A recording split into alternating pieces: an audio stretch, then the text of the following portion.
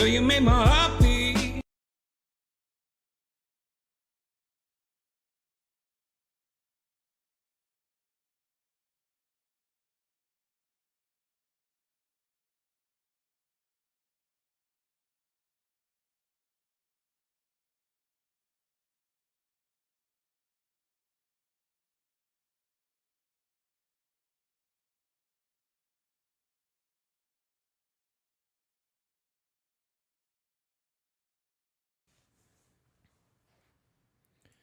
And we are back. You're back, bumble bitches. Very big on the screen.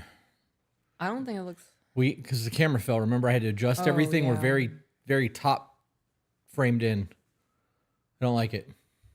You want me to get up and fuck with them real quick? Do you care if I do that right now while we're live? I don't care. All right. Just lower it. Or raise it, maybe? Raise it. I think raise it would be the move. I've never been able to see that much of y'all's legs before. How's that? That looks good. I did it.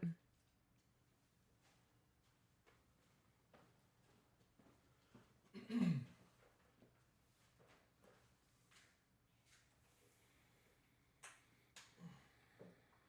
wait, this is a crank. All right. I would say that's good. Really? That just that little bit?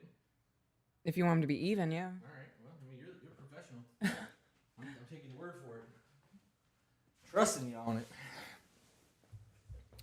Yeah, better. Okay. Still don't like it, but it's better. It'll do. Okay. That'll do, donkey. Who does? It could be my camera not focusing. I don't give a shit. I don't care. Actually, Carrie, walk over there and hit that button, the shutter button, half press it so that it focuses. That way, if it is an off focus thing, do it for that one. That way we'll know. Yeah, Yep. just half press it. Yeah, I mean, I'm in focus. Mm-hmm. Cool. All right.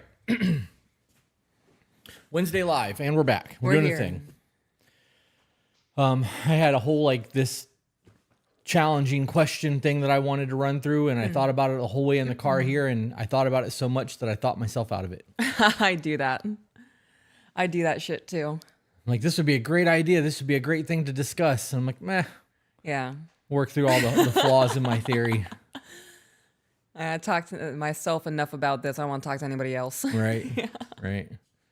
What do you want to do today? You want to do some Q&A? You want to read some emails? We can do some Q&A. Yeah. I really don't have brain power. No? No, I'm exhausted. I still have to finish writing Christmas cards tonight. Oh, yes, you do. Someone in the chat said, unconditional love, ... What a can of worms. Okay, well, see, that's actually what I guess we're just going to do this. Okay. So for all of you in the chat, because I'm going to ask Peaches this, but while I'm asking her, I want you to answer. If you believe that you have unconditional love, or that you believe in unconditional love, period, I want you to put a 1 in the chat. If you don't believe it, put a 2. Do you believe in unconditional love? Yes. Okay. Why? Because my spirituality, my faith. Okay. I love the soul of people. I don't approve of their actions. Okay. Well, see, now you're thinking like a thinker and not just answering a question. Right. Well, I'm elaborating now. I love unconditionally, but there's 100% conditions to be within my life. That's the answer. See, this is a trick question. This is what I was going through in my brain. Mm-hmm. I don't believe in unconditional love because I will turn my love off. If I have established boundaries for somebody and those boundaries are being overstepped and they are starting to become manipulative or toxic to my life or doing things intentionally to hurt me, regardless of how I feel about them in the moment, I'm going to remove them from my life because they don't understand the boundaries and the standard to be in my life. And then I'm going to turn that love off and just push them aside so that they no longer matter to me. Now, that doesn't mean that I don't love them still. And that's where the unconditional love plays in. You can love somebody unconditionally and realize that they're just not good for you. And there's a wisdom in that. There's also a whole lot of strength that comes from knowing that these are my boundaries. And if you cross these boundaries, even though I love you, I'm not willing to keep you in my life because your love is not right for me. Mm-hmm.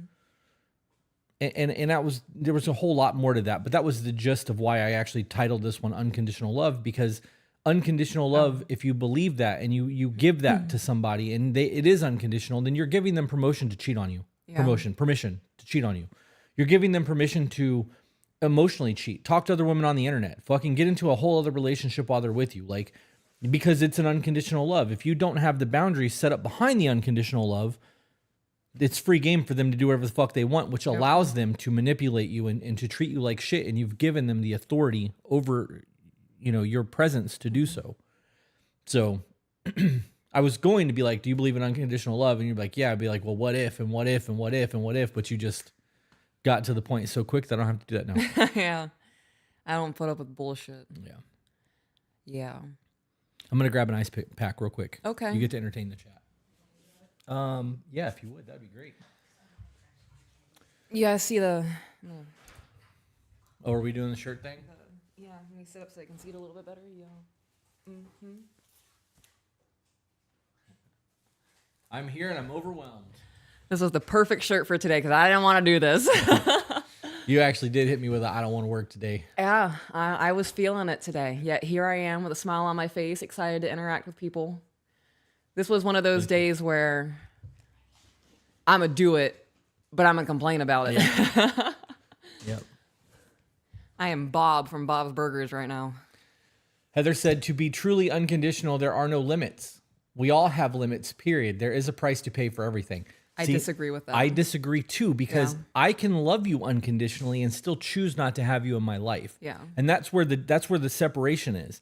You could do a whole lot of fucked up shit to somebody and they can still love you. Yeah. And they can still want to see you do well, and you could really hurt them.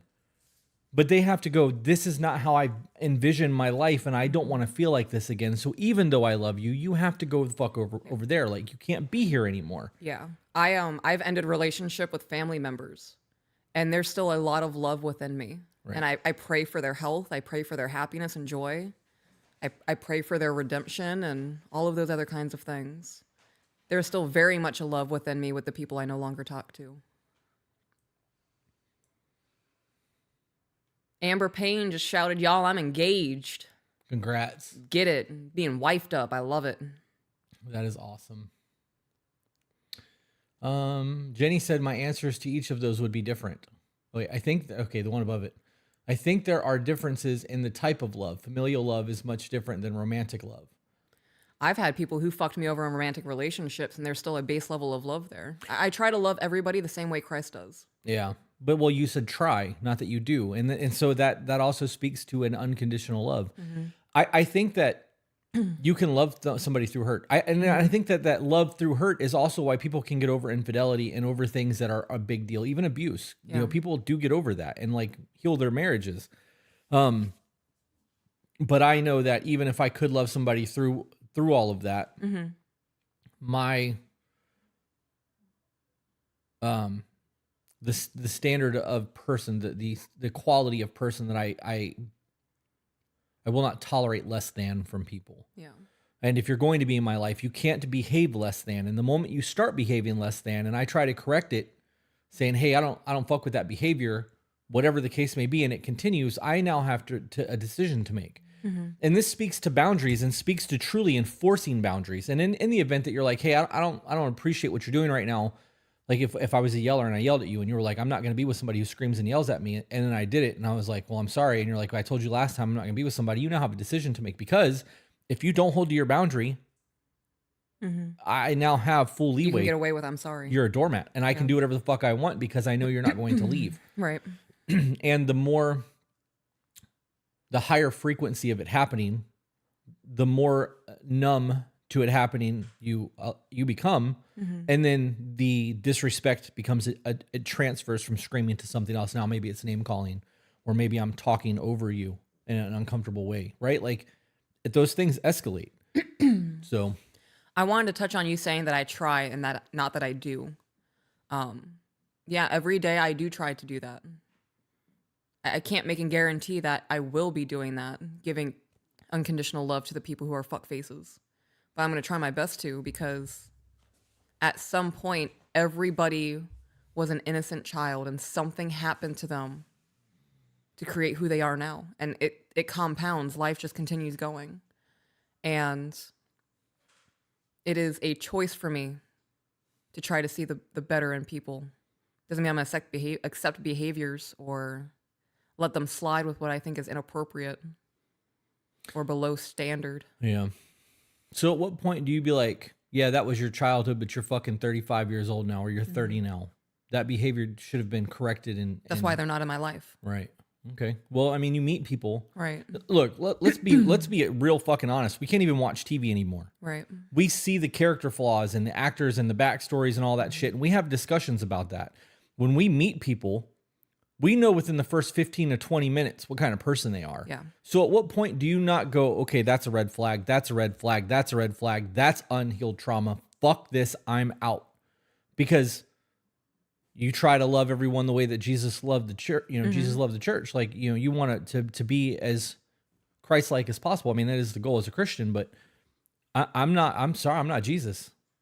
I'm not even close. And though I may try, I'm not trying hard enough because I'm not going to tolerate that kind of shit. I didn't say I was going to tolerate it either. Well, that's what I'm asking you. So where does that come in for you to go, okay, this is a 30-year-old man who's still doing childhood When shit. they cross my boundaries. Immediately. There's no I don't grace play there. that game. Okay, yeah, it's smart. I mean, I don't fuck with them either. I'm just, this is what would Peaches do? Peaches would kick ass. Yeah. You just, okay. Miss, I just spoke in third person. You need to calm down over there, Mr. I T. I pity the fool. No, I would metaphorically kick ass, spiritually kick ass, give him the boot out the door. I have very low tolerance for bullshit. Very low tolerance for it. Like to the point where I walk away from you mid-sentence. Same. If you're going to keep just going the way you're going. Yeah. I'm hanging up the phone now. Don't call me back. Boop. Then they're going to be real shocked. Every time they call, it's going to go straight to voicemail. All of a sudden, the number you've reached is no longer connected. Yeah. So the next question somebody had is, what do you think about giving an ex a second chance or a third? Let's stop there, and then I'll read the rest of it. I gave an ex a second chance, and I remembered why I broke up with him in the first place. Okay. Well, that was a one-time thing. Would you say that that's fair across all relationships? I don't believe in fair. So, right off the bat, that question. Okay. Well, you that doesn't change the question. Do you think that applies to all relationships? I think context matters. Okay. All right. Because she then went on to say, I cannot give this person another chance, but he had recently been very good at being the man I deserved, but I know in my heart it is just to get back into my life. Oh, then you know the answer. We have been apart for 2 years, and I have stayed single. He did not, and is now single again. I feel he is running to me out of desperation. That's very real That possibility. says a lot. 2 years, a lot can happen. 2 years is the podcast. Right. And you and I are not the same people that we were 2 years ago. Now, granted, this is an extreme because it's our job. Most people don't do the quantity and quality of work. They'd pick one. Hopefully, it's quality over quantity. But if this dude was in a relationship that did not tolerate his fuckery and he had to change and evolve, there is a very real possibility that he relapsed back into that after that previous relationship ended. Or there's a possibility that during that 2 years that he was in another relationship, there was regret and he missed this chick. Maybe he is putting his best foot forward because let's be honest, everybody's first dates are job interviews. He's putting his best foot forward to show that he can be that motherfucker. And then reality is that it's probably not going to last. Right. But there's a whole lot of things that go into that. So what would you do in this situation? Because she does believe that he's doing it out of desperation. I would not give this guy a second look. No? No. If I believe that somebody's coming to me out of desperation, you don't want me for me, you want the comfort of being with somebody. And that could be anybody. I'm just easily accessible. So how do you determine that? What do you mean, how do I determine that? How do you determine the desperation aspect or that you believe that that's the case? Like what are signs or red flags or whatever that would make you indicate that? She didn't give a whole lot. She just said that she thinks that he's running to her out of desperation. I've never ran to somebody out of desperation. No one's certainly not done it for me. So, the only example that I can think of is I have this dude that I had a situationship, you could say, over a decade ago. And once a year, this man still reaches out to me, creates new Facebook profiles to message me and all these kinds of things. I miss you. I really fucked up. I wish I could go back in time and not do the things that I did. I view that as desperation. I can see that. Yeah. Only because he's tried over and over and over and over again. Hasn't taken the hint. So what? That situation is definitely an extreme. What if it was let's just, I'm gonna throw a whole scenario. Okay. Let's say that you were in a relationship with somebody. Say you were with them for a year and a half. That's a short relationship. Oh yeah. Yeah, year and a half. Infancy. It's long enough that people are normally living together at that point, but we'll call it a year and a half. Year and a half happens. You're both relatively young. Finances are kind of fucked up. You guys are screaming and yelling, fighting at each other. You're both emotionally unregulated. You decide that it's best to just not be together. And over that next 2 years, you've stayed single, worked on yourself. He got into a relationship, is doing his thing because that's the scenario. What if he got somebody that is emotionally regulated that did not tolerate the yelling? Excuse me, did not reciprocate the yelling. And when it happened or started, they shut it down and he had to learn to emotionally regulate. And why aren't they together anymore? No idea. That would be my question. Why aren't you with this person if you guys were working on things and talking things out and you're not fighting and arguing? What happened for you not to be together anymore? Okay. So that wouldn't make sense to me. So then where would that question be asked?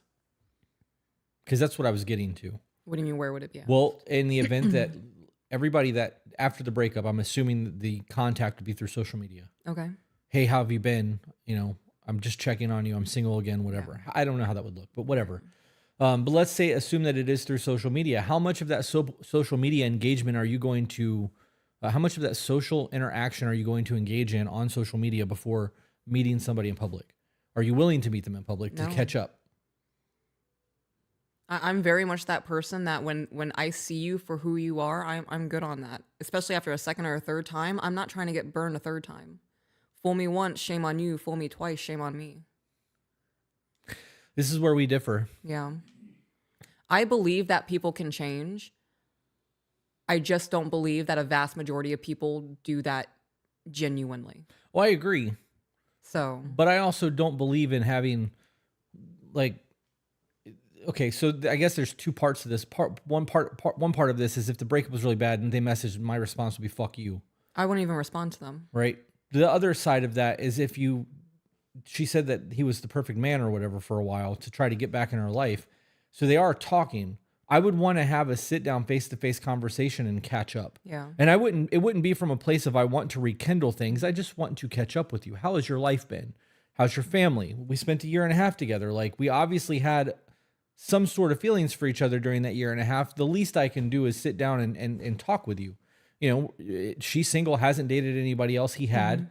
How was the relationship? How is your living situation? Did you ever get that promotion? You still driving the same piece of shit car? Like, I don't see anything wrong with that. And I do think that that is a way to establish friendships after relationships that have no intent behind them. And I don't see anything wrong with that. I don't see anything wrong with it either. I just don't care to do it. Yeah. Mm-hmm.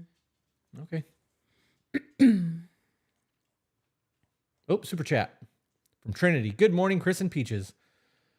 Not really sure I have input on this yet. Took a mental health day and so happy to be watching the live.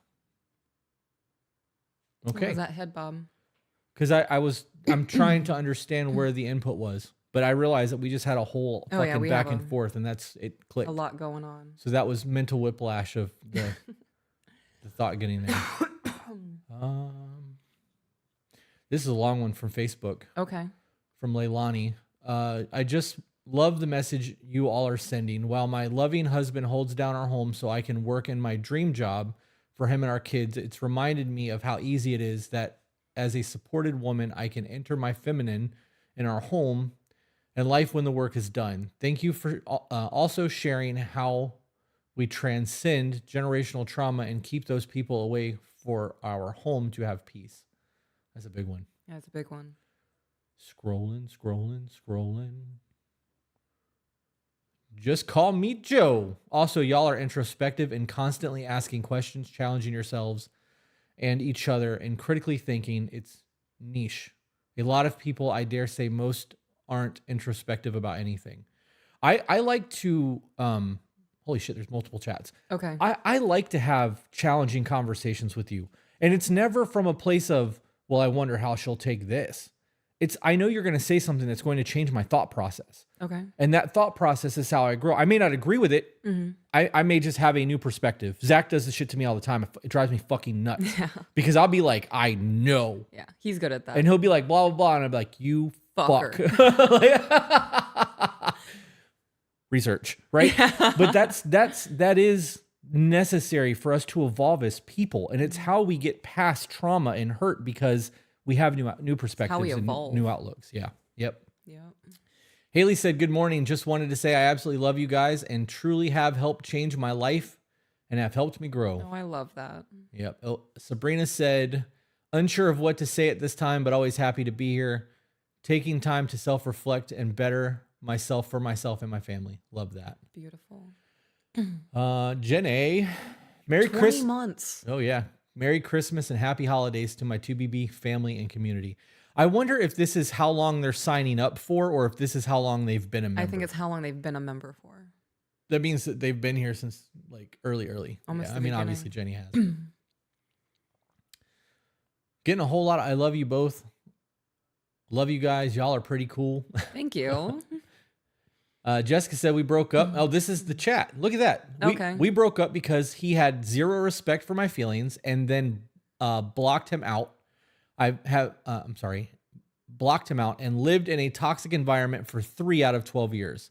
Nothing I did was enough for him, and that is okay. If my best was not enough for him, it's okay because my best could be plenty for the right men.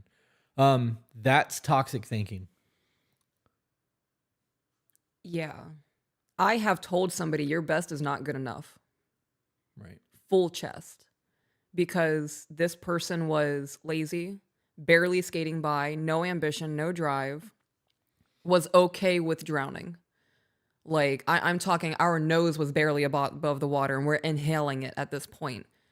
And they're like, no, this is fine. We're okay. It's not.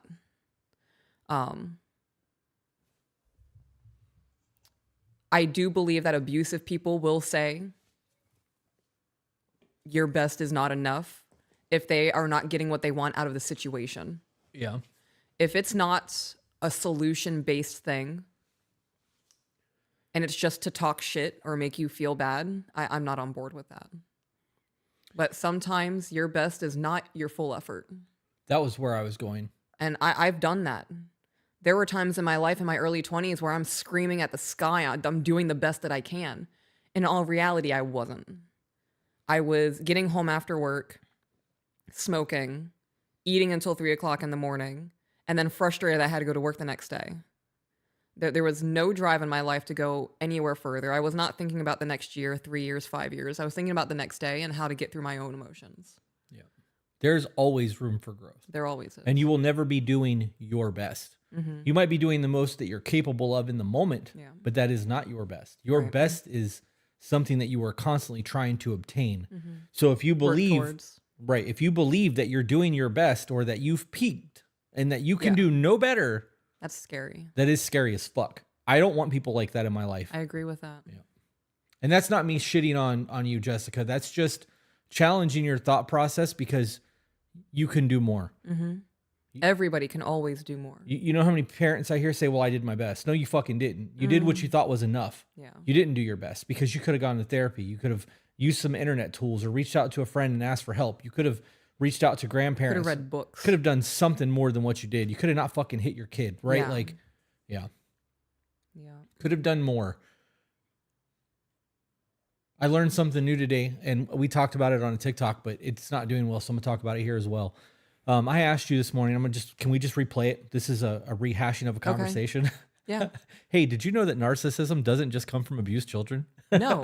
Did you know that it comes from parents that give and let kids cater to do the catering so that they can do whatever the fuck they want and allow them to be the center of the universe, and my child can do no wrong and cry and throw tantrums and do all of that shit. No boundaries. And that in itself can create a narcissistic personality disorder. That makes sense. I didn't know that until this morning. That was really a really bad reenactment. It was.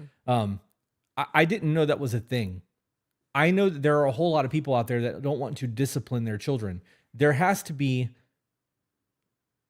I don't believe that there's a difference between boundaries and discipline. There is, when you really break down the definition of the word, but at an early age, your kid doesn't understand discipline yet. They understand that if they drop their sippy cup on the ground, mom's going to pick it up. So now it's a game of them dropping their sippy cup and mom picking it up, and they're giving me the attention I want. Watch this, right? Instead of they drop the sippy cup, you pick it up once, they do it again while looking at you, and you go, well, now you don't have a drink. And then they have to self-soothe and cry and go through the process. There's boundaries that has to be set there. And if your kid is somebody that, I want it, and they're screaming, crying, and acting a fool in public, and you just let it happen thinking it's cute, or that you're gentle parenting because you don't understand what that means, you are actually creating future narcissistic personality traits in a child. And because they're the center of the world. Because they're the center of the world. And that can start as soon as birth and can continue until 5 or 6 years old, according to the book that I'm currently reading right now. Yeah, from birth until 6 years old is one of the most integral times of a human's life. Why is that? Because that's when you're learning how to be a human being. That's when long-term habits and thought processes are going to be cemented. 7 years old is when humans start to really develop consciousness and my impact has fallout in the universe. Yeah. It's going to be really hard to unteach those selfish behaviors, or we see it all the time in teenagers hitting things and throwing things, and teenage girls back talking their parents, I'm going to go do what I want and give me your car. It's because that's exactly what happened all through their childhood. Now they're just older, probably stronger than you are because they're hitting puberty, hormones are hitting. Yeah. And in another book that we read, they said that when puberty starts hitting and those hormones take place, children start to develop their true identities, like their own identities. And that's where the teenager knows everything mindset comes in. And if you haven't curved the bratty behavior and the I'm going to throw tantrums to get my way, that is going to be cemented into their personality traits as an adult. And that's going to create a whole lot of problems for people in their marriages, business, careers, parenting, and all that shit later in life. So that I do think that a lot of that shit needs to be checked before 7, 8 years old. And then there needs to be real true relationships that are bonded at that point. Yeah. And then I think parenting changes when you're dealing with your teenager. And I don't mean changes in like you're no longer a parent. I think that the way that you deliver things need to be from a place of letting them figure it the fuck out. Yes, you are now standing on your own 2 legs. Right. And there's something to be said about fishing trips and going zip lining and whitewater rafting or rock climbing and doing something physical with your children that lets them fail in safe Controlled ways. environment. Right. There's still a real threat of death. Like you could die rock climbing or you could die whitewater rafting, but it's not a very high probability, especially if you're wearing your proper gear and things of that nature. But there are lessons in that, your choices have outcomes. You need to make good decisions. It also teaches you to slow down. There's a whole lot that comes into that for me. I just wanted to touch on all of that while we were recording today because TikTok we're just not doing shit on TikTok right now. Oh, well, the Wicked Witch of the East Bros at almost like 15,000 views already. So Yeah, your cheese on the To Be Better Life account last night is at 150,000 views. Yeah, the video we posted 3 hours later has less than 10,000. Wow. And it's still same excitement. I don't understand. Their algorithm is so fucked right now. And nothing that we post that's podcast clips are getting any traction. That's why I stopped posting clips on my page. I don't want to use it. I don't want to use TikTok at all. But it's one of those things that it's our biggest platform. We don't have a choice. If it gets banned, that changes. But Jenny said, "What's cute when your child is 3 will not be cute when they are 13 and will be downright repulsive at 30." Yep. Fucking speak on it. There's a long one from Facebook. "I am a 22-year-old mom and a wife, a full-time student and a stay-at-home mom. I try to do things around the house, but sometimes I am extremely overstimulated. What do I do, or how can I be the perfect wife for my husband?" Let's pause and stop at the overstimulated. You want to read it again, or you want me to read it? No, I'm good. What are we talking about right here? Overstimulation. Right. I try to do the right thing. I'm trying to do the best I can around the house, and sometimes I get extremely overstimulated. Okay, take a breath. Right. How fucking important is it that the dishes aren't done right now? Your laundry's been on its second dry cycle. It's sat in the dryer overnight. If it doesn't stink, what's the problem? You guys put so much emphasis on making sure that everything is the way that you believe it should be in your head. Your house is not going to look like a fucking Pinterest model home. That is an unlivable, children. Right? That is an unlivable space. I am unapologetic as a motherfucker. When we make TikToks, if I've got boxes all over the place, I'm not cleaning it up to make a TikTok. Bitch, I live here. Yeah. Yep. You guys need to slow down. Yeah. Nothing's trying to kill you.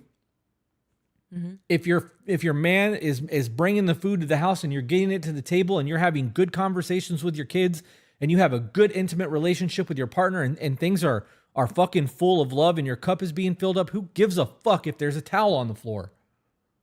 You guys are creating drama where there doesn't need to be, and you're making like an anxious thing because of DNA. For 100,000 years, things were trying to kill us everywhere we went. It's not the case anymore. We live in a world of abundance. We have clean water that we don't have to go pump out of the ground and fucking carry 4 miles. It doesn't have to be refiltered unless you live in Florida. You don't drink tap water here, but right. Now hunting is a hobby. It's a luxury. It's something that people do to get away from their family and have fun. It's no longer, I don't kill, I don't eat. So that's the overstimulated thing. Slow the fuck down and take a breath. What do I do, or how can I be the perfect wife for my husband? I think that you being a perfect wife for your husband shouldn't be equated to how well you keep your house clean. My house being clean is gangster. Having my favorite pair of underwear clean every time I take them off, fucking pristine. You're really good at that, but that doesn't fill my cup. There's no intimacy in that. That's you serving me in a way that lets me know that I'm taken care of, the way that me working and making money and making sure that your life is taken care of and you don't have to worry about things is a we serve each other. Yeah. You being the perfect wife has nothing to do with any of that. If you were like, I'm not doing this anymore. Right. Well, on the flip coin, we hear all the time, all he does is work. And then he comes home and he sits on the couch. Yeah. That's the equivalent of you just clean the house. Right.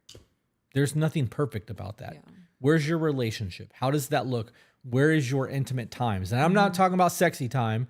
I'm talking about when's the last time he fucking bent down, growled in your ear, and said some really inappropriate shit in a fucking room full of people that got your motor running and then smiled with that little smirk that he gives you and winks and walks away. And then for the rest of the day, all you can think about is that's my man, right? Like, where's your intimacy levels? That matters. She then said, because I feel like I am failing because I don't always have things done around the house. Why do you feel that way? Does your husband come home and go, I'm fucking sick of the house looking like this? I can't believe there's dishes in the sink again. I told you to fucking sleep. I'm tired of walking in dirt on our floor. Like, what does it look like when he comes home from... That says a lot. Yeah. What's your interaction look like the moment he walks in the door? Record that shit. Play it back a couple times and see where your relationship stands. Because then there's no feelings involved. You can actually see what's happening when he walks in. And if you perceive his shit's not right, when you watch it back on video, you may not be feeling that way. You could watch it later on in the day when you don't feel anxious about him coming home, and you might have a different perspective on it. You could see a tired, exhausted man. You could see a man that just needs 5 minutes to decompress. Right? Like, there's things that you should be weighing and being introspective on and trying to understand where improvements can be made. I think that you guys put too much fucking stock in the things that don't truly matter. Holy shit, that's a long one. You want to read that one? We can. Okay. You want me to do it? You want to do it? You want me to do it? You want to do it? You're overwhelming me, babe. 1, 2, 3, go. You read it now. I learned that lesson the hard way. I was with someone who his mother literally never told him no, and if she did, then he would bully her into saying yes. He was an adult man in his 30s. He would bully his mother out of her last $20, and then she would give it to him every single time. Do we know the same person? I was thinking that. I was like, I know this motherfucker. Yes, we do. Yeah. It's like that Rolling Stone song. What is it? Fuck. I don't know. I only know 2 songs by the What Rolling is it? Stones. Because I'm not a Pleased to fan. meet ya. Can't you guess my name? What is that? I know that song, but I don't know the lyrics. I'm not. What's bothering you is the Name of the game. nature of my game. Somebody will get it in the chat. Someone will know. Anyways, she went on to say that she would drop in to do it. It didn't matter what time it was. It didn't matter what she had planned. It didn't matter what she had to do. She would always come running to him every single time. It was very abusive, very narcissistic, and absolutely did not understand what the word no meant. This man sat and begged me for 12 hours, scrolling, straight to have sex with him, no matter how many times I told him no. Yep. I've experienced that too. I think that's, we'll come back to that. I did not want to take I did not want to like it to the point he was screaming, crying in my face, begging me for 12 hours nonstop. So yeah, thank God I no longer have to live that way. It was a long, hard road from getting away from that person. He ran me over. He sabotaged my jobs. He tried to ruin my relationship with my daughter. This man tried to literally take everything from my life. It was one of those if I can't have you, no one can type of situations. And he literally thought that no one else could have me but him. Even if it meant possibly killing me by running me over. Oh, so he like literally ran you over. That's fucked up. I tried to get a restraining order. They would not give it to me. He went to prison after after running me over and still tried contacting me, but now I just block him. Hopefully I never have to see him again. If I do, I guess I pray that I will get a self-defense if I have to defend myself. So first, a piece of paper restraining order is not going to save anybody. It's not safety. You can paper cut them. Stay away or I'll paper cut your wiener. That's pretty rough. Back the fuck up. Pop, pop, pop, pop. Yep. Much more effective. Yeah. Yes. Symphony for the devil. Sympathy. Gotcha. Okay. Carrie coming in clutch. The 12 hours of begging for sex is a mental rape. Yeah. There is, you know, that's a torture tactic. And it's something that like true narcissistic people will do. They will keep people awake because there is a torture there. When you refuse somebody sleep deprivation becomes a thing, and it changes the way that their brain works. That's why they tell you not to operate heavy machinery if you're fucking tired or not underneath a certain medication. So somebody keeping you awake for that long and making it so that you can't leave the room and all of that anybody finds themselves in that situation, even if it's from a loving place or you think it's just them trying to get some or whatever the case may be, that is a huge fucking sign that you need to get out of that relationship. Yep. Scrolling. I'm going to scroll and see if there's any super chats. Oh, there's one. Papa Bandit just wanted to say snooper chat.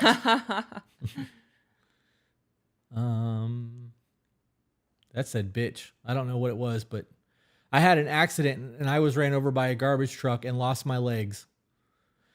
Me and my husband constantly argue because I don't do enough. The money comes from me. He would never have to work again if he didn't want. He called me a crippled bitch yesterday and broke my heart. And now I don't even want to be around him. We need help. You need therapy.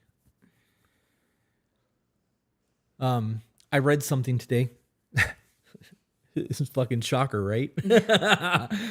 I read something today that said that a lot of people, and this is directly related to the podcast, it said that a lot of people that have CPTSD abuse symptoms do not feel comfortable having group therapy sessions or even in-person therapy sessions.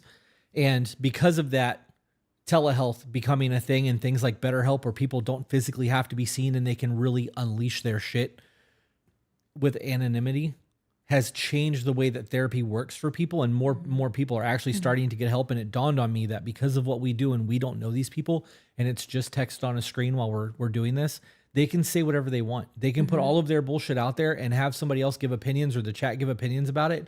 And that is a form of therapeutic comfort Release, for people, right? Release. That's a better word than comfort. Good job on that. Because I was really stuck on a comfort, or at least a word that started with a C. Comfort was one I chose, but I don't know how I would handle that. I'd pack my shit. Yeah. Yeah. That is one of the most horrific things anybody can go through. Being run over by a garbage truck and losing both of your legs. My life has changed completely. Yeah. I don't, well, she said husband, right? So this is the for better or worse. Time is the undefeated motherfucker. He knocks out everybody, right? For better or worse means that one of you is going to get sick before the other. Your health is going to fade before the other. There are going to be things in life that are out of your control that is going to happen to one of you, if not both of you, but somebody's going to have it happen first. And if you're not willing to take care of that person, then your vows didn't have any weight to them. Right? Like that, there's you have to be a caretaker to a degree. I would pick up the slack. Everything is fucking automated. Right. They're button pushings. We live in the Jetsons. The only thing we don't have is rosy and flying cars yet. Got flying drone cars. That's a thing now. You don't even need a license for that shit, but they're $300,000. Yeah. Oh yeah. I looked into them. I can't afford it, but damn it, I thought about it. Being able to fly in a drone, I'd become a Lego guy. Like, don't act like you never thought about putting your He-Man on a helicopter. I'll fucking be that. Give me the man. Daredevil shit. You want a Mad Max? I'm doing it. We're gonna see if we can 360 this motherfucker. We're gonna spin it. I'm gonna wreck that shit. Gonna wreck you. It's probably a good thing that they're $300,000 because I would fucking hurt myself in something like that. You would injure yourself further. You're already hurt, babe. That little bit of fear would go away and it'd be game on. I know it. I fucking know it. Yeah. Get me back on there before the adrenaline stops. That's it. Yeah. That's how we dealt with your broke arm. That is exactly how we dealt with my broke arm. Riding my bike back one-handed sucked. And when I could see the van in sight, and then immediately it all started hurting. Like I had to get off the bike. You had to push it. Yep. Yeah. Yeah. Yep. That's so funny. That was rough. Trying to find. Oh, there's a super chat from Heather. My fiance watched our episode yesterday and said, "Thank y'all for the kind things y'all said." Oh. We're so proud of you, Heather, and all the things that you're accomplishing. I can't fucking wait to see you and your man's wedding photos in the Discord. He's got a good one. Yeah. Yep. Good for him. I want to high five both of them. Yeah. Well, I mean, we're gonna try to go, so we have the wedding invitation. Scrolling. Oh, hit the bottom. I know that this is somebody just saying, "Hey, you guys," as hello. Hey, you guys. That's it every time. Yeah. Super junk.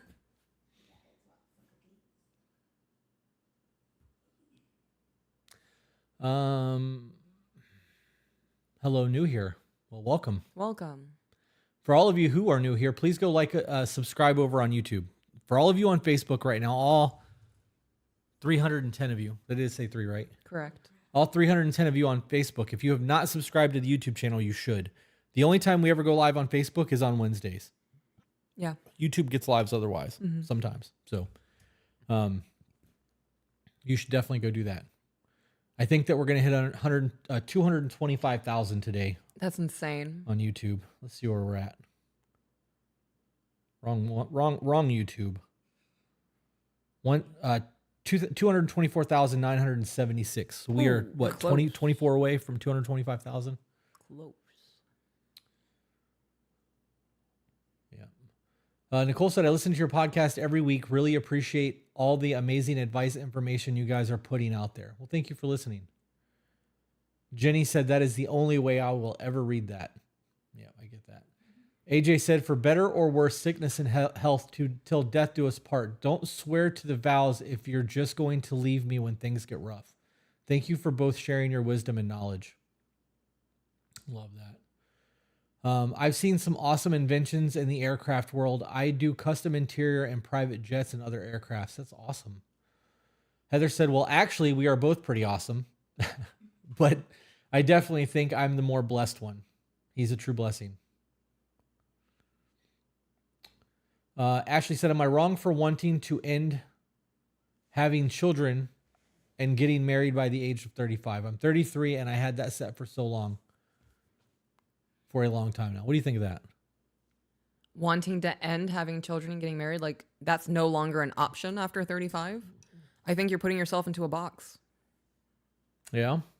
When you're not worried about like the health risks and the higher risks of autism? And I wouldn't be having children after the age of... I probably wouldn't. I probably would not have children after the age of 40. Okay. I think after 35 is really pushing it. But I'm not taking marriage off the table. I've seen 60-year-olds get married. Yeah, I agree with that. They're happier than they've ever been. So okay, so then the two part of that, yes, I agree 100% on the marriage, 100%. Mm-hmm. On the children aspect, I think that comes down to a health thing. Yeah. I also think that not everybody's meant to have children. I agree with that. I think in reality, I know for a fact that if we waited until the time was right, we would go extinct. Because very few people actually get to the point of the time being right for children. I also know that a good man and a good mom together will change their life to make sure that they can provide for their children. And they'll do it from a place of love and understanding, as well as financial resources and things of that nature. When you have a catalyst, some people reach higher goals because of the things that they've brought into the world. Not everyone, but that does happen. Yeah. I don't know. I personally have read too much to think that 35 to 40 is acceptable areas to have children. I think at that point, your body's not wanting to do that anymore. I do know that people do it and they've had successful births, and that's fucking great. But the risk there for me, like, would be a lot. Yeah. If you were 40 years old and we had even a scare, I would be so fucking worried. I'd be worried about you and not making it through the birthing process. Like, Yeah, I was actually told after my second C-section that there's a very high likelihood of something going wrong if you try to do this again. yeah. Both of my pregnancies were very high risk. Why was that? So I had a miscarriage with my first pregnancy. My second pregnancy, I went into preterm labor at 24 weeks and gave birth at 27 weeks via emergency C-section. And my second pregnancy, within my first 2 trimesters, I lost about 80 pounds. I was throwing up water. Wow. I had to get liquid. I had to get IV fluids every week. I had to go to the hospital to make sure I was staying hydrated. That's crazy. Yeah. 80 pounds is a lot of weight to lose while you're pregnant. Yeah. I was also over 300 pounds, so it's not like I was skin and bones throughout that. Right, but you shouldn't be losing the weight opposite, like that, right? Of what happens during pregnancy. From Jessica, hey, lovely ones. I wonder, what do you think of submission in the male? I follow you religiously, and at my core, I agree with with most everything you discuss. I have been presented with the potential of a submissive male, and I don't know where to put myself. Any advice from Scotland? I don't. In what aspect? Are you talking about dom sub relationship? Are you talking about marriage? Because we're submissive to one another. Yeah, we're absolutely. in servitude to one another. We serve each other. Yeah. So servitude, submission are pretty much the same thing. Mm-hmm. Right? Obviously, they have very different meanings, but they're interchangeable in the conversation.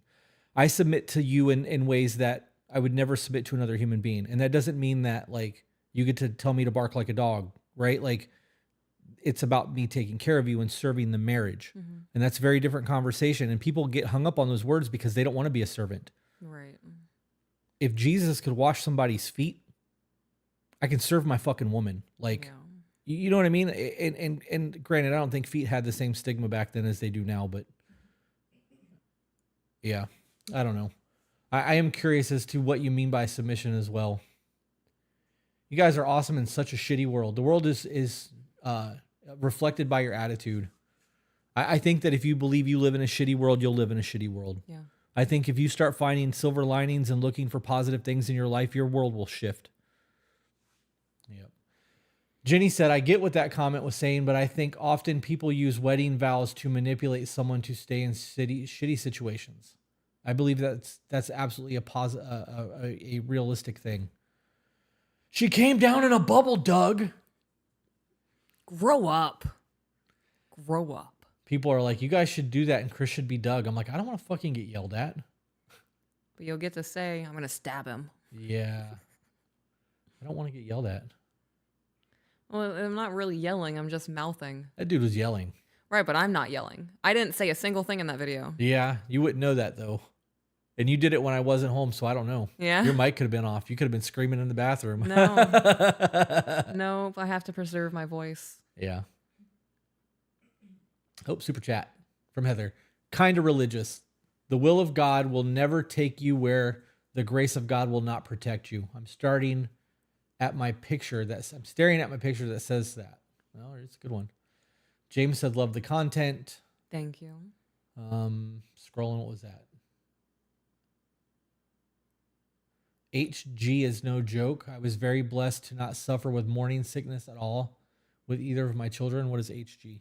I can't remember what it was. It's a terminology though, or it's a term for what I had. Okay. My doctor first called it a very strong food aversion, and then they actually diagnosed me with something. And then the initials were HG? Yeah. Okay.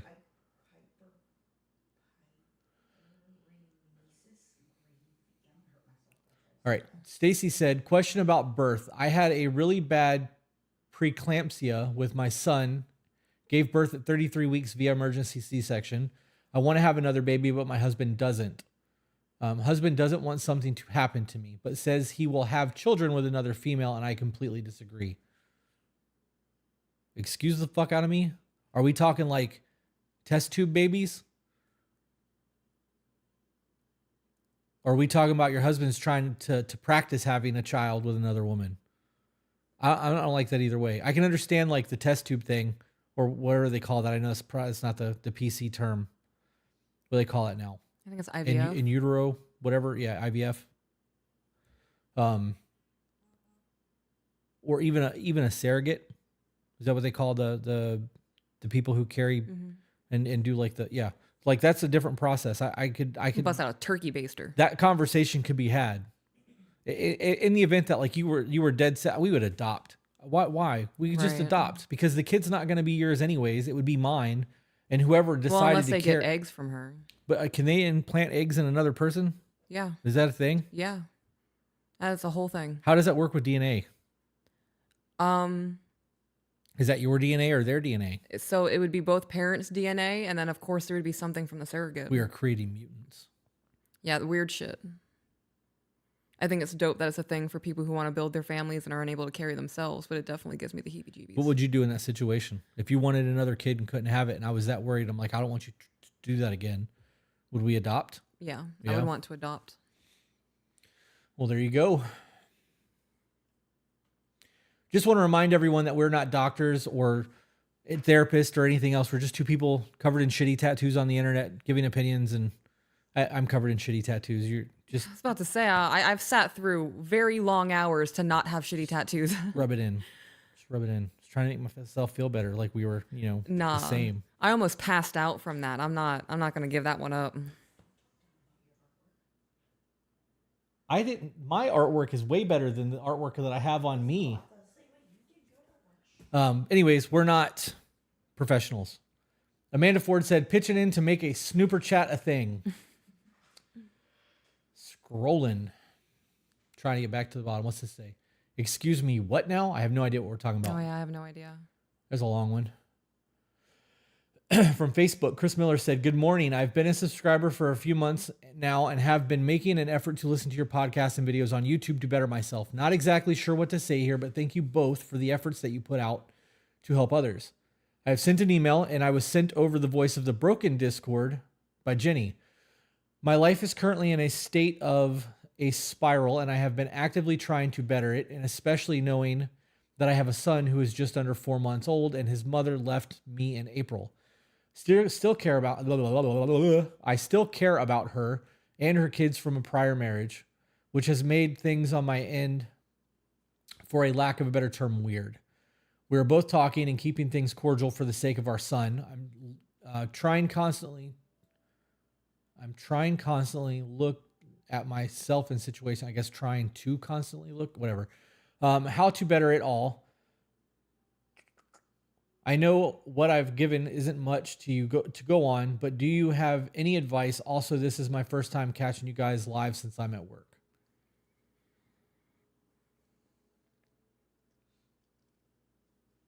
I don't have much. There's not a lot of information there. I think you need a community. I think that you're in a very rough spot, being that you've got a baby under 4, and they had other kids. This is the plight of a step parent. You get attached to the kids and they fucking bounce and they take their kids with them, and you no longer have a access to them, because even though you may have helped raise them for half their life, they're not yours. Mm-hmm. Being cordial, smart. I got to be honest. You guys just need to try to work through things. I don't really have a whole lot, because that whole situation was, there's a lot more information that needs to be had there, I guess. Scrolling for super chats. Let's see if there's anything so we can get caught up on where we're at. There's so much going on. Oh, we're at the bottom. All right. My husband stays so busy with music life that our family is starting to starve for time with him. Quality time, intentional time. I like that, intentional time. He stays quite busy on his phone when home, and it leaves us longing. So your relationship's fucked up. Yeah. I just got a text message. My Bronco's done. Oh, dope. Stays quite busy on the phone when he's home, and it leaves us longing. Have you had a conversation with him yet about the fact that your husband is not there and present? Because it's one thing to be there. It's another to be on your phone the entire time. You're not engaged with your person if this is what you're doing. Right. This has your attention. What does the kids see?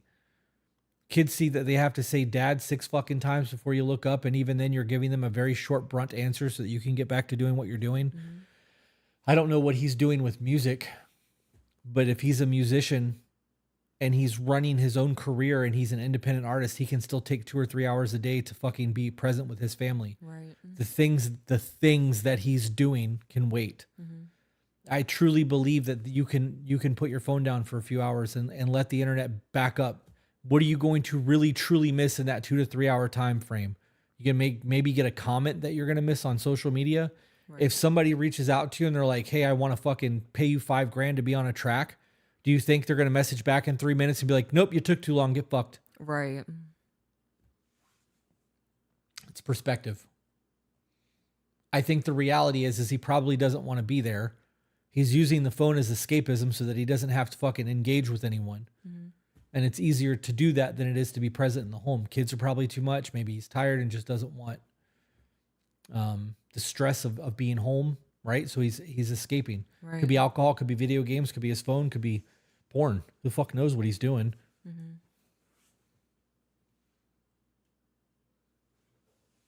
What is your view on your spouse who newly came out as bisexual, which is not a problem? I think it's fine, and now is addicted to porn and masturbating a lot more often and experimental. Okay, so I want to pause there. Are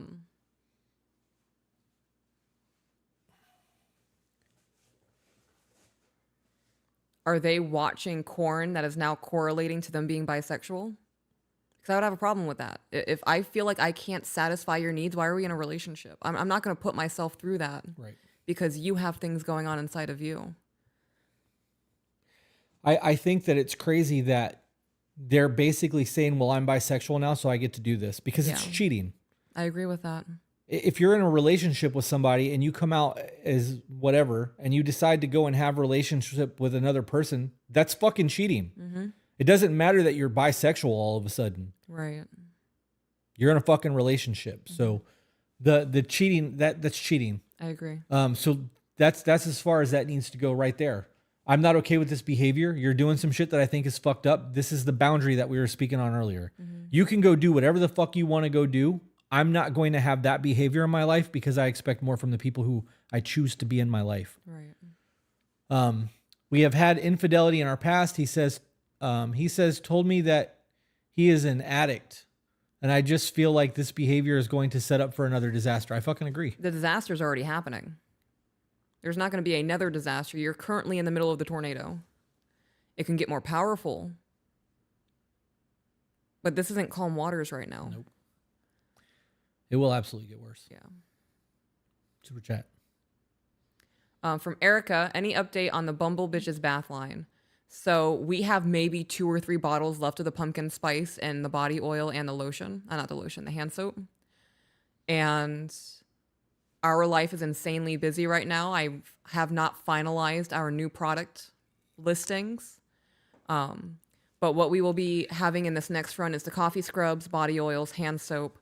I want to integrate sugar scrubs and beard oils for gentlemen and see how that does. You guys, if you're interested in her bath line products, it's on tobebetter.com. Mm-hmm. She's got her own little tab. It'll take you there and you can buy whatever you want to get from there. If you buy anything from Bumble Bitches, do not buy anything else off of our website because that is shipped from Tennessee. Mm-hmm. And everything else that we have is drop shipped from a company. So if you're buying shirts, don't buy it with the bath line. It needs to be its own individual thing. We may have to actually sit down and build a website to separate the two. I know that that'll hurt our sales because people will buy bath line shit and t-shirts. And that's good because we are selling stuff, but because of the way the shipping logistics works, we're not making much. Yeah. We're not making much anyways off of that shit. It's just cool things to represent who we are. But I think that, anyways. Just call me Joe. Hey, yo, talking about unconditional love. Have y'all discussed the difference between romantic and platonic love? Is it sex? Sex isn't love. It's an act. Is romance actually thoughtfulness? I think romance is intent. I think romance is it is an intentional act. I think it's also an elevated act. What do you mean by elevated? I'm not walking up to the male friends that I have and wrapping my arms around their neck. How was your day today? That's reserved for my husband. Do you view that as romance? I view that as an intimate act. Okay. Well, I'm just curious because when I think of romantic, I think of, me buying you chocolates. No, I don't think that's a romantic act. I think that's an intimate act. The hugging or the chocolates? Now I'm confused because... The hugging. Okay. Okay. Just trying to make sure that I understand. Right. I think romance is intentional behavior. Mm-hmm. I'm thinking about her right now, so I want to make sure that she's having a great day. I'm going to send her a fucking edible arrangement to her job with hey, you're the most important thing in my world note. Mm-hmm. That's romantic. It also does lead to intimacy, so I can see how those lines would blur. Love, I don't believe that love is a sex thing. Yeah. I believe that there's an intimate thing there and emotional attachments that can happen from it, but there's a whole lot of people that have sex without love. Yeah. Pro tip for anybody that is a man that listens to this podcast, if you want to do the cheesy shit that I do for Peaches and make it really fucking easy on yourself, sign up for everything that she likes. Go on their websites and like your leggings. Yeah. I get email for your leggings. I get emails for chocolates. I get emails for edible arrangements and flowers and anything that I think you might even be remotely interested in, I've signed up for. Because one day it's going to be like 2 weeks since I've done something for you and I'm going to be like, ding, sale. Bah! And it's going to show up and I'm going to look like a fucking hero. Yeah. And though it's cheating because I didn't actively seek it out in the moment, I seeked it out. Soaked it out? Sucked. What would be the premeditated seeking? Seeked. I seeked it out. I sought it out. I sought it out because Wow. fucking We're fucking idiots. I sought it out in the beginning, so I did do the work. I just got the reminder. So like, is that cheating or is it? No, is I it think fair that's play? setting yourself up for success. There you go. There you go. Sought. Fuck you, Carrie. How dare you have the words that we couldn't think of in the moment? Not gonna lie, I'm kind of fucking disgusted with myself right now. I'm over here teaching our children words like onomatopoeia. Yeah. That's funny. I said seeked. And people watch us for advice. I need all of you to burn that from your memories. That's never going to be discussed again. We're going to burn it. Just Okay. Fuck me. What is your stance on your significant other if they lie about money that was spent and the answer I get is we spent a lot of money? I can account for the $2,000, not the $15,000. I also get it was a mistake.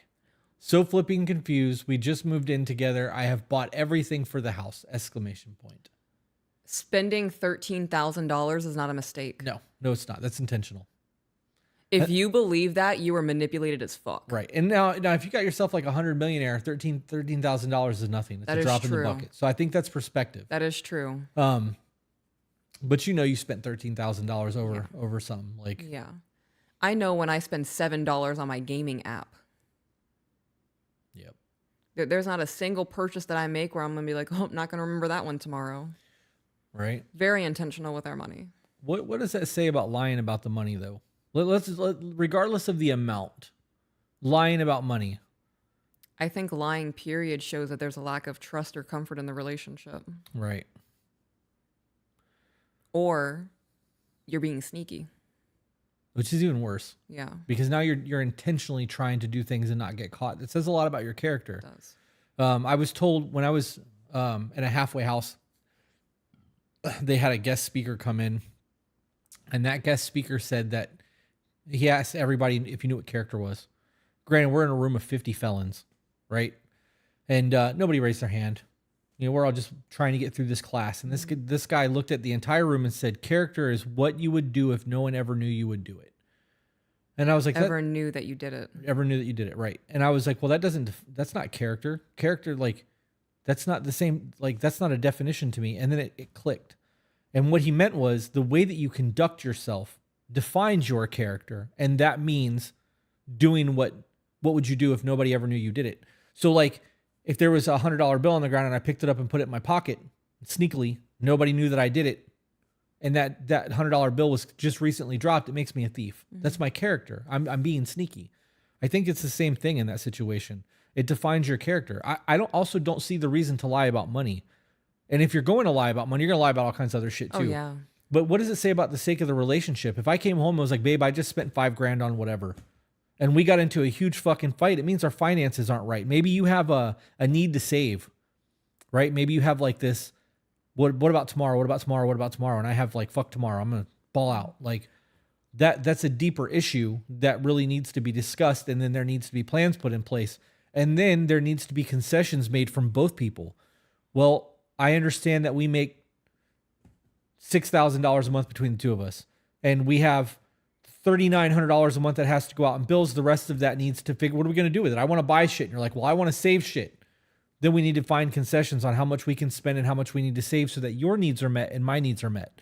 And the moment that your needs are not as important as my needs, and I start doing selfish shit to have whatever I want, fuck your feelings, our relationship is in very, very dangerous waters because we've prioritized self over the relationship and then over each other.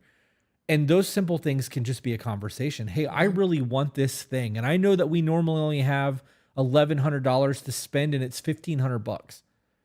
I know you want savings. Can I spend this extra $400 this time because I really want this thing? And then, we can have a discussion about it and it'll either happen or it won't, or we'll pull it out of savings and just put it back next month. Next month, instead of $1,100 to spend, you only get $7 because you spent the extra $4 this time, right? Like Has to be a give and take. Yeah. There's a whole lot that goes into that. I definitely think that it's important to recognize that if they're going to lie to you about money, they're going to lie to you about a whole lot of other shit too. Yeah. I agree with that. Me and my car. Saw it! Fernie, what's up, dude? He said, hey, man. He said, it's not cheating. Holy shit, I'm still sitting on an ice pack. Yeah. Are you numb? I don't know. I forgot that was back. Oh, yeah, I can't feel shit. I've been sitting on that for an hour. Yeah. Totally forgot that was back there. Yep. Bernie said it's not cheating is past you making it easier on future you with added reminder from the company. Bernie. Homie, I don't know what you just said. A whole lot of typos, bro. You having a stroke? Do you need us to call 911? What's going on? I hope that your life is doing really well and that you've adjusted since Thailand, dude. I think about all of those people from Thailand at least once a day. I check that chat every day just to see if somebody's posted. Yep. I thought it was seeked too. We found our tribe, babe. Fantastic. We're going to say some stupid shit and everybody's going to be like, yeah, exactly. And then Carrie's going to be like, it's fucking SOT. I'm like, shut up, Carrie. Fucking smart ass, you nerd. Do you think it's moving too fast to say, I love you within a couple of weeks of knowing someone? Yes. Do you think you could feel someone as your twin flame / soulmate in that amount of time? No. I don't believe in soulmates. I don't believe in soulmates either. 8 billion people currently alive on this planet. And when you look at the timeline of when people can and can't be born, soulmates would indicate that you believe in reincarnation. Twin flames would be the reincarnation aspect. Soulmates would be you believe that God made somebody and put you both in the same fucking area and hope to God that your parents don't move or free will takes part and you get separated. But 8 billion people on the planet, all over the place, being born at different times, and you think that the probability of you meeting that one person that God intended for you would be extreme divine intervention. And I believe in divine intervention. I believe God will put people together so that they can fucking have a life together. But I don't believe in the soulmate thing. I don't believe that he makes us in pairs. And I think the twin flame thing, doesn't that mean that like in a past life, maybe you were a brother or a sister or a lover? I have no idea. I might be wrong on that, but I'm pretty sure that twin flame thing is just that you had life experiences with other people in your past and that brings you into your life.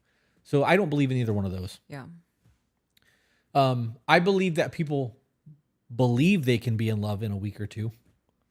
I think people are so deprived of validation and reassurance and love, genuine, unconditional love, that they latch onto anybody who gives them a dribble of it.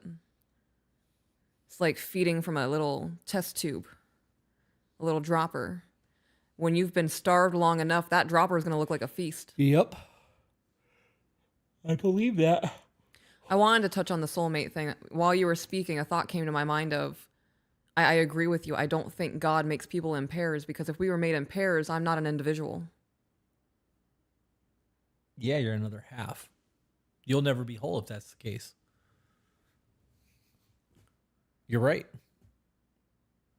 And even though you provide so much to my life and you make me very happy, and I can't imagine my life without you, I'm still me. I think people who need somebody else to be okay and thrive, that's codependency or counterdependency. I can't recall which one, but it's very toxic. Do you think that people use the term soulmate because marriage no longer has the meaning that it once held? Yeah. To simply be a husband or a wife is not Enough. It's not enough anymore. We need the next thing that makes it that much better. Just like engagement, you're now my fiance instead of my boyfriend or girlfriend or my wife to upgrade. be. It is. It's You're in business class before first class now, right? And like now we need something more than first class. We're flying this bitch, so we're soulmates. Yeah. I that definitely could be a thing. I also don't believe in soulmates because of the amount of times I've heard somebody say, but he's my soulmate, right? But he's punched you in the face 4 times. Yeah, that's not your soulmate. Right. Yeah. I think it's something that people tell themselves to feel better about what's happening. Oh, I just fucked my makeup up. Somebody said that they messaged us on TikTok. We don't answer those messages. Yeah, we don't private DM anywhere. Yeah. So if you need the email, go to our website, tobebetter.com. It's on there. But for everybody that's listening, if you would like to send us an email that we normally read on Wednesdays, we're just not doing that today. Yep. Send it to tobebetterco@gmail.com. Also, We have a link tree on all our bios. we do, which takes you everywhere you needed to go. I was just about to say that. And Yep. then I was going to say, Friday is our last recording for the next week. We're taking an entire week to go to Vegas and do photo shoots and life shit. Friday night, when we have our After Dark, which is something we've created new for Patreon, where we have a couple of drinks and Our ultimate tier. Ultimate tier, good call on that, where we have our drinks and we have fun conversations. We're going to have a very deep conversation about manipulation this weekend. Okay. And that'll be the last time that we work until fucking we get back from Yeah. Vegas.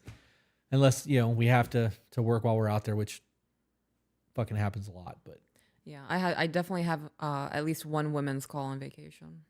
yeah, how's that going? It's going to be the first one for my Women's Thrive group, so we'll see.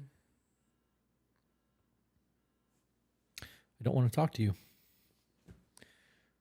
Well, now I'm curious. Arrow exterminators. Oh, Yeah, they're probably Not interested. They're probably calling to say that a card has been declined because of the debit card that got fucking yanked. That happens at least once every other month. yeah. So one of the things that were on auto pay kind of things. 'Tis all good. They'll leave a message. Can you give perspectives on long distance dating as a whole, such as the amount of time chatting and deciding if you want to date them? That's a hard one for me. And I know that we've touched on this a lot. I don't think I could do that. You sit on too far on the other side of the couch, we got problems. Yeah. Like, why are you You over always there? comment on it. I do. Why are you Yeah. sitting over there? There's a cushion in between us. Bitch, you need to fucking put your feet in my lap. What? This is unacceptable. I'm writing my fucking congressman, Yeah. telling everybody, you don't love me anymore. I get it. I see how it is. See how it is, Right. right? I don't really go to that extreme, but I do say some shit every time. Like, why You over do. there? The energy's there. Right. The energy matches. Because I don't want you to be away from me. I don't want that to become normal for us. Right. Right. So the idea of being long distance is hard. I believe that you can have feelings for somebody at a distance. Absolutely. You can be in love with somebody at a distance, but what does that relationship really look like? They are pen pals or somebody to talk on the phone or voice time with. There's no physical intimacy. There's no real dates. There's no real fulfillment happening. Right. I understand that like Kenny and Scott are thriving in their long distance marriage and that works for them. I just personally don't think that I could ever do that. Well, they also make it a point to visit each other. A lot. Yeah. I don't think they go longer than 3 months without seeing each other in person. Yeah. I still don't think I could do it. I think 3 months would be too long for me. I think in a necessity situation, I could do it. Like if it was like we're already married and living life and something happens and we have to be away from each other for a year or whatever, it would suck ass. But I'll be glad that you're coming home in a year. Mm-hmm.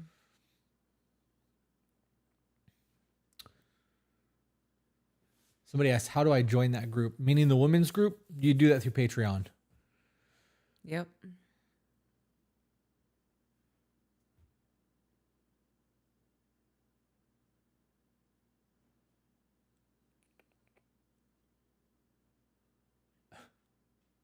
What?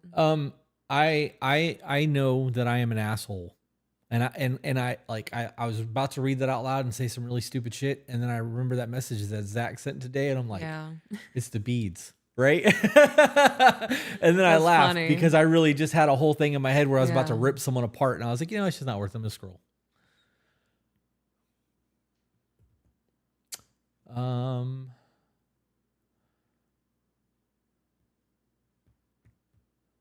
I love how you two are so communicative and just so calm. What are some things you can say to an overworked partner as a stay-at-home mom to make him feel more appreciated and loved? You can say it to an overworked partner as a stay-at-home mom. So that's a you question. What are some things that you can say to me when I'm overworked as a stay-at-home mom? What are things that you like to hear? Right. That's an individualized question. There are people who need to hear, I'm proud of you. There are people that want gratitude. Thank you for working. There's a whole lot of things that make an individual tick, and that is unique to the individual. The real question is if you are a stay-at-home mom and you are married to a man that is overworked and going through things, why is it that you don't know how to talk to your man? Yeah. How is it that you can be married to somebody and not know what makes them tick? These are the deeper questions that need to be asked that saved relationships. Mm-hmm. When was the last time you had a conversation about the things that make your person's like excitement levels rise? What are your passions right now? What are your hobbies? What are your new, what are you currently reading? Like what does it for you in TV right now? And having conversations about their hobbies and passions, because that evolves. It does. Especially if you get married when you're in your 20s and you're in your 40s now. The person you married in your 20s died a long fucking time ago. They've evolved and molted over and over and over again. And now they're a whole new person with whole new interests. And if you don't have those honest, hard conversations and like stay engaged, you're fumbling around in the dark looking for a light switch. 100%. I agree with that. Any advice for a relationship where both partners have BPD? I have quiet. He has explosive. It can be hard to understand his BPD and vice versa for him when mine is so different. I recommend that both of you go back and watch the To Be Better podcast starting at episode 1. Because for 2 years, BPD has been a huge fucking topic of the podcast, as we both have it. And we've got resources and books and all kinds of stuff. And that's been a huge part of this. Our thing. Yep. Go back and start at the beginning. What does it look like for you, Chris, when you are in the zone learning a new skill or just hyper-focused on work? Everything else gets muted. The volume gets turned down on the rest of the world. I can be hyper fixated on something and she can say something to me and I'll be like, not even hear it. Now I second guess when I hear Charlie Brown's parents in the background and I'm like, was that for me? You're nope, talking to the dog. Okay. And I'm right back to doing what I was doing because I don't want you to feel like I'm ignoring you. But when there's a dog in the house, there's kids in the house, Carrie's over playing with the kids, you're in the kitchen cooking and the TV's on. And I'm talking to myself. Right. I'm doing what I'm doing hyper fixated. I have to drown out everything else to be engaged in what I'm focused in. And that means the volume gets turned down to 1 or 2. Yeah. And that's not me trying to ignore my family and not be present. It's me trying to work from home. And sometimes I need an office that I can go close the door to avoid that. If I'm trying to learn a new skill, I'm Peaches is coming along whether she wants to or not. Most of the time you do. If I'm like, I'm going to the store, you want to go? You're like, yep, let's go. It's like that TikTok where the chick's getting her purse together and she's just Yeah. strutting out of the house all happy that her man asked her to go somewhere. I love that you get engaged in hobbies with me and want to do stuff. This is the third time my phone has rang since I sat down. My phone never rings this much. Is it the same thing? Nope. I don't know what this one is, but I'm not going to answer it either because I don't know the number. That feels like phishing. I don't, maybe. Well, the first one was a like actual something that showed up with a caller ID. That was just a phone number. We shall see. Moving on. What all do we need to talk about when thinking of having a child? Ooh, that's a good question. Parenting styles. What does discipline look like for you? How are we going to handle temper tantrums? Elaborate on parenting styles. Are you trying to gentle parent, or are we going to set boundaries and show that certain things are not okay in this household? I tell the children we are not going to have below standard behavior today. And that standard is having manners, using inside voices, keeping your hands to yourselves, being respectful when you talk to one another. The list can go on. Yeah. I think it's real important to define what you're speaking about. If you and I were having a conversation and you were like, I believe in gentle parenting, and I was like, cool, me too. And that's the end of the conversation. We didn't have a conversation. No. What does gentle parenting mean to you? Because your definition and my definition could be two very different things. And then the expectations of us working together is set. And your expectation and my expectation is not the same fucking thing. Right. Now we have conflict. Define your arguments. Well, we already talked about this. Right. We talked you about gentle didn't. parenting. Right. That was the end of it. Yeah. Exactly. That's it. We didn't talk about it. Yeah. And then what was the other ones you said? Gentle parenting. Parenting style, discipline, how we're going to handle temper tantrums. Okay. I stand firmly on my children are not going to have sleepovers at other people's homes. Ever? Probably not until they're 14, 15, or 16. Okay. I have heard too many stories of a father drugging milkshakes. Oh, wow. Yeah, the parents showed up to collect their child and he was like, no, they're sleeping. Oh, yeah, I saw that. Yeah. Inappropriate things happening. I don't know what happens in other people's households, and I don't like that kind of control. Like, I don't have. How crazy is that? Because my entire childhood was sleepovers. Me staying there, them staying here. Like, It's a different time. I know it was, but like I would have never thought twice about that. If the kids were like, I want to have a sleepover, Yeah. fuck, I'm gonna have to deal with extra kids in the house. Like, it's not even a thing for me. Like, I want you to socialize and have fun. We got a giant fucking yard, and like you got bunk beds. And, I would 100%. I am A-okay with being the designated slumber house. Like, yeah. I'm gonna set up like little tents and shit, and maybe put a fireplace on the TV. We can have a snack charcuterie board. You realize what just happened What? while we're having this discussion? Somebody asked a question. Yeah. We started throwing out the scenarios, and what just transcribed is you and I connecting transpired. Correct. Is us connecting on a level that we otherwise had not. Right. We have never had the conversation about slumber parties ever in our life, or sleepovers. We Right. talked a lot about riding bikes and being outside and shit. Yeah. But that has never been a thing. So for the average person who's getting ready to have a kid, I guarantee you that you've not had these conversations Oh, yet. 100%. You have an opportunity to connect with your partner by having conversations and actually listening to them talk. Because I could have just been reading the chat and scrolling and not paying attention. We could have glazed over that entire thing and not had a conversation. This is the connection that maintains a relationship between adults. Yeah. So I would, and in this situation where we were having kids, if we ever had kids, you know, where I was biological, I would want our kids to be able to experience camp and sleepovers and things like that. And you knowing now that you're like, I don't fucking want that, we would have to find a compromise that works, that benefits the children in a way that I think they're going to benefit, in a way that you think they're going to benefit, while keeping them safe. These conversations aren't surface level, and No, they're not once. They need to be had over and over and over again. Hey, I read this article about gentle parenting, and what you described and what I read's not the same thing. So do we have this wrong? Right? Right. I saw this new documentary where blah, blah, blah, blah, blah, blah, blah happened. Well, now I'm fucking nervous about that. Thanks, Mom. Right? Yeah. Like, well, we don't really need to be worried about that. We need to be interviewing parents a whole lot more. And like, there's just, you're not going to be able to protect your kids from everything. Right. The world is going to do what the world does. And you want to be the best protector you can be. Yeah. And sometimes that means being presented with new information and changing your mind. The parenting conversation is a hard one. There's a lot that goes into it. And every child's different. A standard that I have for our children is not going to apply to a child with disabilities. Right. They have a whole different wealth of needs and stimulation for themselves. It really depends on the child. Even between our two children, I do not handle them the same way. Our son is a very gentle soul. Our daughter's a fucking demon. Oh, gosh.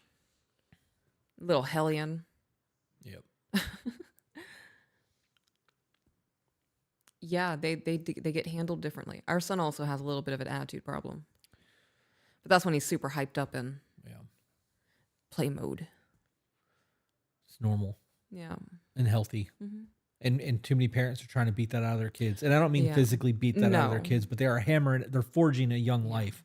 And they're if you don't stop that, you're going to get in trouble. Yeah. Do you think finances should be a part of that discussion with children? Yes. I do too. 100%. If you guys are surviving on ramen, how are we going to pay for diapers?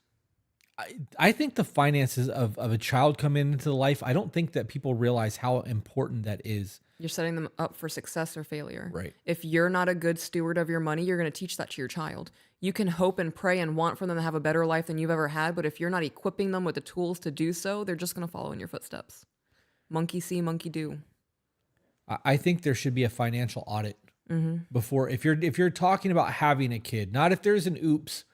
If you're in the discussion of, hey, I want to have a kid, and you guys are on board with wanting to do this, there needs to be a financial audit to figure out how much money you have left every month. If you have a savings, if you have the ability for a savings, are you going to have to get on government assistance, WIC programs, and things of that nature to provide, because you now have another mouth to feed. You have diapers. You have fucking all kinds of new laundry that's going to have to get done. You have things that you're going to have to purchase on a regular basis. Formula is expensive as fuck. What happens if you're not able to breastfeed? Like, there's a whole lot of things that has to be taken into effect. Yeah. And that shit's not cheap. When my son was born, he had to get a specific formula because he was born so prematurely. So I was paying $20 over what normal formula costs. That's insane. Yeah. But if that conversation would have been had going in, like, we need to make sure that we're able to have some sort of a cushion. Maybe we should wait, right? Because that's the planning stage. And obviously, if they're having conversations about having children, you are basically planning the future of that out. Yeah. I also think that there's something to be said about making sure you have the extra room already versus trying to move after you get pregnant, because that creates a whole new set of problems. I think there's something to be said about buying things ahead of time so that when you have your baby shower, you're not relying on family members to buy the expensive shit. You can get the room set up the way you want it. Yeah. And then when you get pregnant, they can buy the formula and the diapers and the clothing and all the small things in abundance, because that'll really set you up. If they're expecting to spend $200 on something, $200 in formula and diapers goes a long fucking way. Right. But, you know what I mean? And you've already got all the furniture and the car seats and all that shit. So, like, I think there's a lot of prep work that needs to go into that.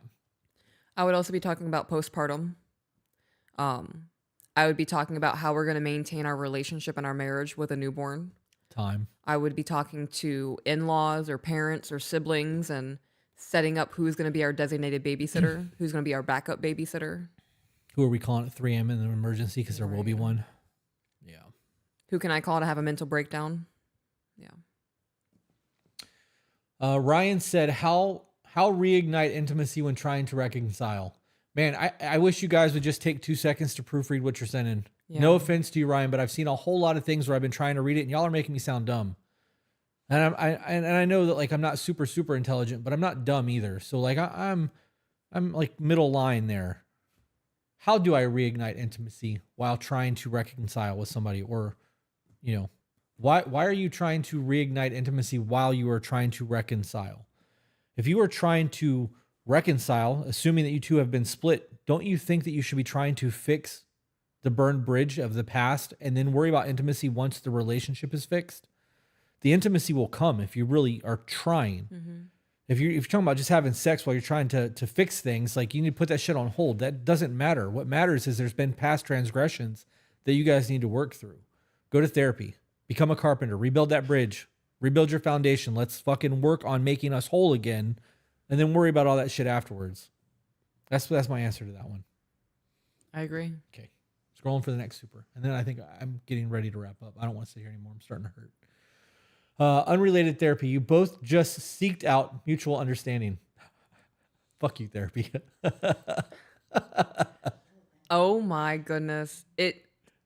What? Is that added I was like, to why are you laughing, babe? He just, was it the mutual understanding thing? My brain seeked is still the proper one in my mind. I am absolutely embarrassed at how long it took me to recognize he didn't type out sought. I really enjoyed therapy as a person. He is a very fun person, Yeah. yes. Shannon said, if you are having trouble before kids, it won't get better after kids. Children are a stress on marriages. I see a lot of people choose to have a child with a partner that they aren't stable before the child is born. Yep. I fucking agree. It's like watching a train fire, Yeah. but a slow burning one. Because it's not going to be immediately rough once the kid's here. It's going to be compounding and lack of sleep and why don't you help me with the baby and you don't touch me anymore and Hormones, it's a mess. depression. A mess. Yeah. Yeah. That whole let's have a baby to fix our marriage mindset is a fucking problem. That poor kid. And where does that come from? Like, is that like a Hallmark movie thing?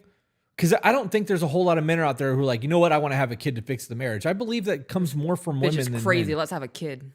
Yeah. Yep. Ryan said limited chat characters. You're right. I think you only get 160 of them. What is some financial advice you wish you had when you entered adulthood? We have done that a lot. Yeah. For Sarah Stewart on Facebook, I highly recommend that you go watch yesterday's episode of To Be Focused. Yes. And then subscribe to the To Be Focused YouTube channel. We have teamed up with Mike and Katie from Force of Focus and Primal Focus, and we are doing a 4-way mentorship coaching program for young entrepreneurs or even relationship stuff because they have a traditional lifestyle as well. And we are going to be doing 4-way coaching to fix a whole lot of shit in people's lives, and that will be through To Be Focused. Why are you looking at me like that? Because I don't think we're on the same page about that anymore. And I'm going to have to need an elaboration after this. What do you mean we're not on the same page? Because I did not think that To Be Focused was just going to be a business thing. It's why I added relationships just now. Did you not hear that? Did you tune me out? No, I heard it, but you put a big emphasis on business, and the relationship is going to be the latter aspect of it. Right. Well, that's because I was answering a question about money. Okay. And that made sense to bring up the business aspect of it before the relationship aspect of it. It is a personal growth coaching program. Okay. Ryan said it only allowed him 50. What the fuck? YouTube is fired. I wish that you could send YouTube. I wish that you could send super chats through Facebook the way that you can on YouTube, because some of these things on Facebook are novels. Oh, yeah. I would like to see. Could you imagine how different our lives would be if people could send super chats with 200 or 300 characters or 500 characters? Because then they could really say what they needed to say. Right. I wonder if there's a way that we can implement something chat related where they can leave the super chat through YouTube and then That question. that is exact. Yeah, you're right. This is that question. We need to figure that out. I'm glad that you brought that to my attention, Ryan. I appreciate that, because otherwise I would have not known that it was only a 50 character thing. I always thought it was 160. Everything one does should be done with intention. I agree. It's a big part of my book. To Be Better streaming app. Let's go. We can technically stream through Patreon and not use YouTube at all. It's just easier for replays on YouTube for new people who are coming in, because we can pay Patreon playlist. But the more you spend, the higher the character limit. Is that a thing? That's insane. Vibe says, I know how to create a bot to do that for you, Chris. Through YouTube? You're in the men's group. You can text me about that later. We're an hour and 30 in. I would like to stand up and stretch and be done with this. My back is starting to thaw and hurt. Okay. So, do you have anything you want to run through? No. We just wrap up then, call it a day, and go get my truck? You can do that. All right. With that being said, guys, thank you all for tuning in today. If you are currently watching on Facebook, please go subscribe to the YouTube channel. We really want to get to 250,000 by the end of the year. I know it's not going to happen, but you can at least get us to 225. $5 gets you 150 characters. That's insane. You pay more, write more.